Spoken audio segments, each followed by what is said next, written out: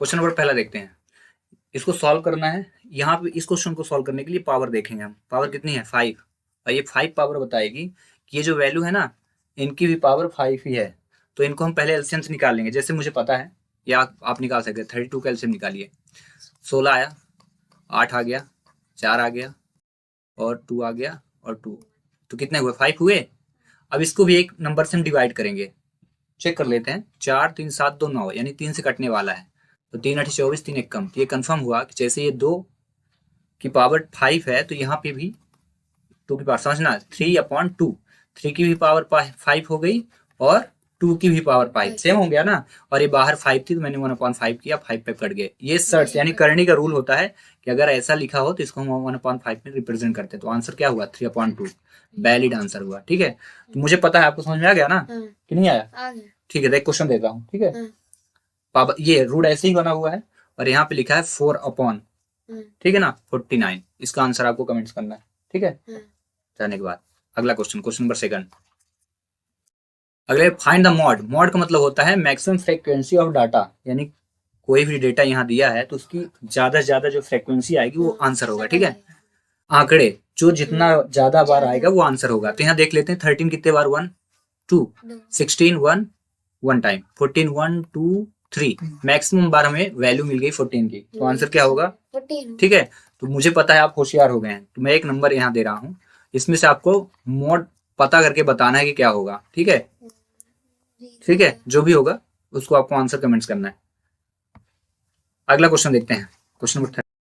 As of Ramesh father 6 year. पिताजी की, रमेश के पिताजी की उम्र जो है 6 साल, more than twice the age of Ramesh. तो रमेश को मैं मान लेता हूँ x है, क्योंकि रमेश की उम्र पता नहीं है। अब बोला कि फादर से रमेश की उम्र से 6 साल बड़ी है, तो x + 6 हो गया। लेकिन ध्यान रखना, बोला है twice the age of Ramesh, तो उम्र रमेश की कितनी है, x थी, तो ट्वाइस करूंगा तो 2 का इंटू करना पड़ेगा मुझे। ठीक है ना, x थी तो ट्वाइस हुआ, और +6, तो आंसर क्या हुआ 2x + 6। ठीक ना, मैंने x माना था इसलिए। लेकिन क्वेश्चन को अच्छे से पढ़ते अगर पूरा, what will the mathematical statement if Ramesh age r, क्या बोल रहा था कि एज को क्या लेना है r, तो x की वैल्यू अगर मैं r लेता तो हो जाता 2r + 6। आया समझ में, इसका करेक्ट आंसर ये होगा। ठीक है, तो इसी में क्वेश्चन में थोड़ा सा चेंज किया हूं, यहाँ कर दिया 7 ईयर मोर देन, ट्वाइस की जगह कर दिया, ट्वाइस की जगह मैं इसको फिनिश कर देता हूँ ऐसे ही। तो आपको बताना आंसर क्या होगा। ठीक है ना, ट्वाइस है ही नहीं। ठीक है, चलिए अगला क्वेश्चन देखते हैं, क्वेश्चन नंबर 4। जिसमें बोला है वैल्यू ऑफ x की पावर 0 फाइंड करना है। तो ध्यान रखना, राम की पावर 0, रिया की पावर 0, मोहन की पावर 0, या 100 की पावर 0, किसी की भी पावर 0 हो तो आंसर 1 ही आता है।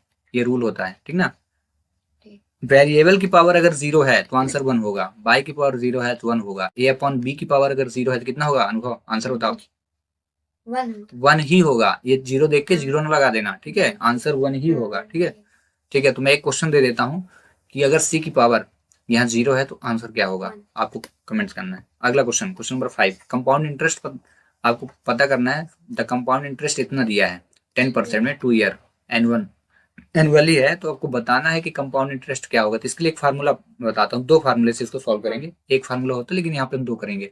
ये r की वैल्यू है परसेंटेज, ये प्रिंसिपल दिया है मूलधन, और ये 2 ईयर यानी टाइम दिया है। ठीक है, तो इसका एक फार्मूला होता है, CI बोलते हैं कंपाउंड इंटरेस्ट को। CI = A - P होता है। ठीक है, अब A - P तो है, तो A क्या है, A अमाउंट है। ठीक है, तो अमाउंट को पहले हम फाइंड करेंगे। तो अमाउंट = होता है P ब्रैकेट 1 + R अपॉन 100 की पावर n, और n मीन्स टाइम। ठीक है, अब पुट कर दो वैल्यू, तो ये हो गया 6000 पहले हुआ प्रिंसिपल।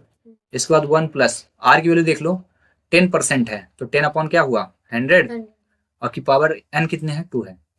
इतना समझ में आ गया। हम यहाँ से डिवाइड कर रहे हैं, 10 1 जा और 10 10 जा हुआ। ये फ्रैक्शन हो गया, 10 1 जा 10 1 11, ये मिक्स फ्रैक्शन है।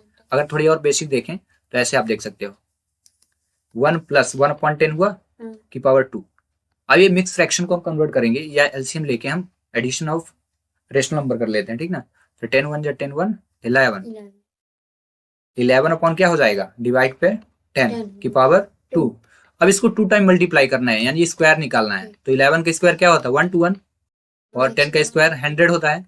प्यार से इनको डिवाइड कर दोगे तो क्या आ गया 60 इंटू 1 to 1 आया, प्यार से इंटू करो तो 0 लिख लो, और 6 1 जा 6, 6 2 जा 12, कैरी 1, और 6 1 जा 6 1 7, इतना आया 7260। ये क्या है, अमाउंट आया है। आंसर क्या आप चाहिए, आंसर क्या बोला है, कंपाउंड इंटरेस्ट चाहिए ना। और कंपाउंड इंटरेस्ट देखो फार्मूला ए माइनस पी है, ये क्या है 7260 और माइनस 6000, तो 7 में 6 गया तो 1 बचा, 1260। करेक्ट आंसर ये आ गया आपका। आगे समझ में पूरा समझ में आ गया। क्वेश्चन में थोड़ा चेंज किया, मैं यहाँ 5000 कर दिया हूँ, ठीक है 5000 कर दिया हूँ, बाकी सब सेम है, आपको आंसर कमेंट्स करना है। अगला question, question number 6, very important question है। आपको प्रीवियस ईयर क्वेश्चन पेपर ही ज्यादा से ज्यादा सॉल्व करने हैं, क्योंकि प्रीवियस ईयर क्वेश्चन पेपर सरल रहते हैं, और ये जो देवीलाल, हीरालाल, मोतीलाल किताबें बनी है ना, बहुत हार्ड क्वेश्चन बनाए हैं, रख दिए हैं, जिनकी कोई वैल्यू नहीं है, क्वेश्चन इजी आएंगे, और आप अपने लेवल से एनसीईआरटी वगैरह पढ़ो, निकल जाएगा एग्जाम, ठीक है। 15 worker can build a wall, यानी 15 मजदूर मिलके एक दीवार को जोड़ सकते हैं कितने दिन में, 48 घंटे लिखा है शायद, ठीक है, आवर में। Then how many workers will be required to do same work in 30 hour, 30 घंटे में कितने वर्कर इसको कंप्लीट करेंगे। अगर 15 व्यक्ति मिलकर 48 घंटे में करते हैं तो 30 घंटे में कितने व्यक्ति काम करेंगे। तो इसके लिए एक फार्मूला मैं आपको बताता हूँ प्यार से, ठीक ना, M1W1, ठीक है। एक मिनट, हमारे पास आवर दिया है तो मैं एक फार्मूला बना रहा हूँ, M1H1 is equal to M2H2। इसका मतलब समझना, M का मतलब मैन, H का मतलब आवर, ठीक है, वही मैन और आवर। तो पहले वाली वर्कर देखो 15, कितने आवर लिए 48। दूसरी बार आवर मैन नहीं दिया है और आवर आपको दिया 30, बस सॉल्व कर लो। तो ये देखो 15 1 जा 15, 15 2 जा कट गया शॉर्ट फॉर्म में, और 2 से इसको काट दिए 24 आया, तो M2 की वैल्यू कितनी आ गई 24। आया समझ में, अच्छा है ना। ऐसा आप सॉल्व कर सकते हो, उससे कोई दिक्कत नहीं होता है।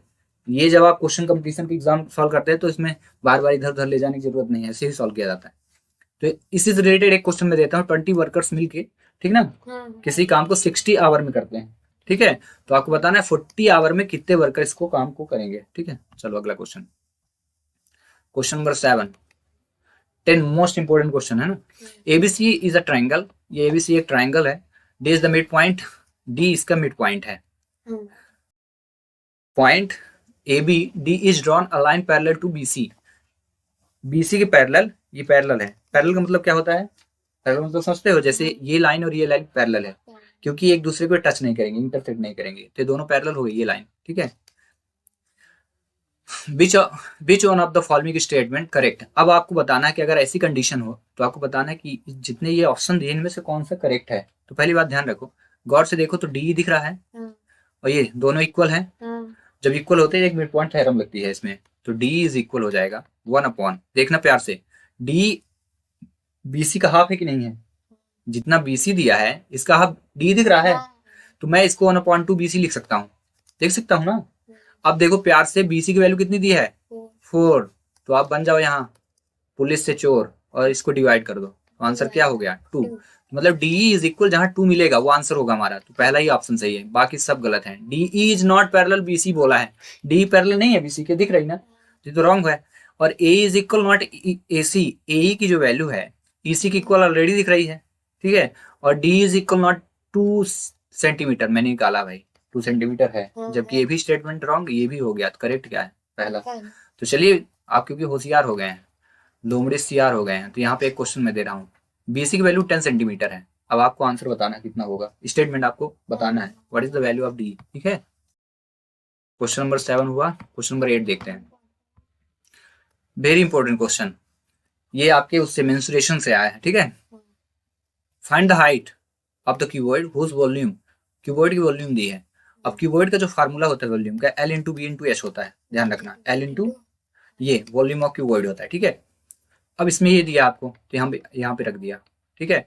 अब बेस एरिया, अब समझना, ये क्यूबॉइड जैसे मैंने बनाया है, ये क्यूबॉइड है, ठीक है, ठीक है, क्यूबॉइड बना, ये मैच बॉक्स मैंने बना दिया, माचिस जैसे बोलते हो, ठीक है, इतना बना दिया ना ये क्यूबॉइड हुआ, ठीक है।